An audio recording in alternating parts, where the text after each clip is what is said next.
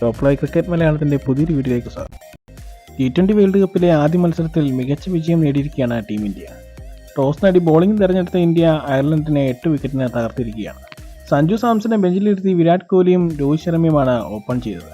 3-ാം നമ്പറിലും അയർലൻഡിനെതിരെ മികച്ച റെക്കോർഡുള്ള സഞ്ജു സാംസനെ മാറ്റിയത് ആരാധകരെ നിരാശരാക്കിയെങ്കിലും 3-ാം നമ്പറിൽ ഇറങ്ങിയ ഋഷഭ് പന്ത് നിരാശനാക്കിയില്ല.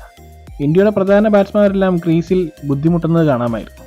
വിരാട് കോഹ്ലി, സൂര്യകുമാർ യാദവ് എന്നിവരുടെ ബാറ്റിങ്ങിൽ നിന്ന് മികച്ച ഷോട്ടുകളൊന്നും തന്നെ വന്നില്ല.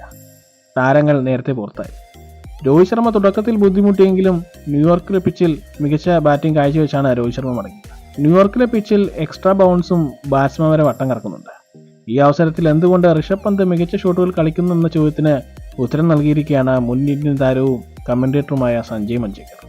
ഈ ബുദ്ധിമുട്ടേറിയ പിച്ചിൽ പന്തിന് ഷോട്ടുകൾ കളിക്കാൻ സാധിക്കുന്നത് താരത്തിന്റെ ടെസ്റ്റിലെ അനുഭവ സമ്പത്താണ്.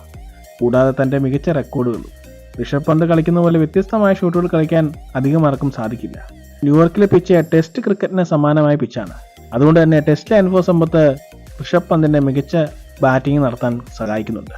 സഞ്ജു സാംസൺ ഇനിയുള്ള മത്സരങ്ങളിൽ ടീമിൽ ഉൾപ്പെടാൻ സാധ്യതയില്ല. ഇപ്പോഴത്തെ സാഹചര്യത്തിൽ സഞ്ജു സാംസൺ ബെഞ്ചിൽ തന്നെ തുടരാനാണ് സാധ്യത. ബംഗ്ലാദേശിനെതിരെയുള്ള സന്നാഹ മത്സരത്തിൽ മികച്ച പ്രകടനം കാഴ്ചവെച്ചിരുന്നെങ്കിൽ ടീമിൽ ഇടം പ്രതീക്ഷിക്കാമായിരുന്നു.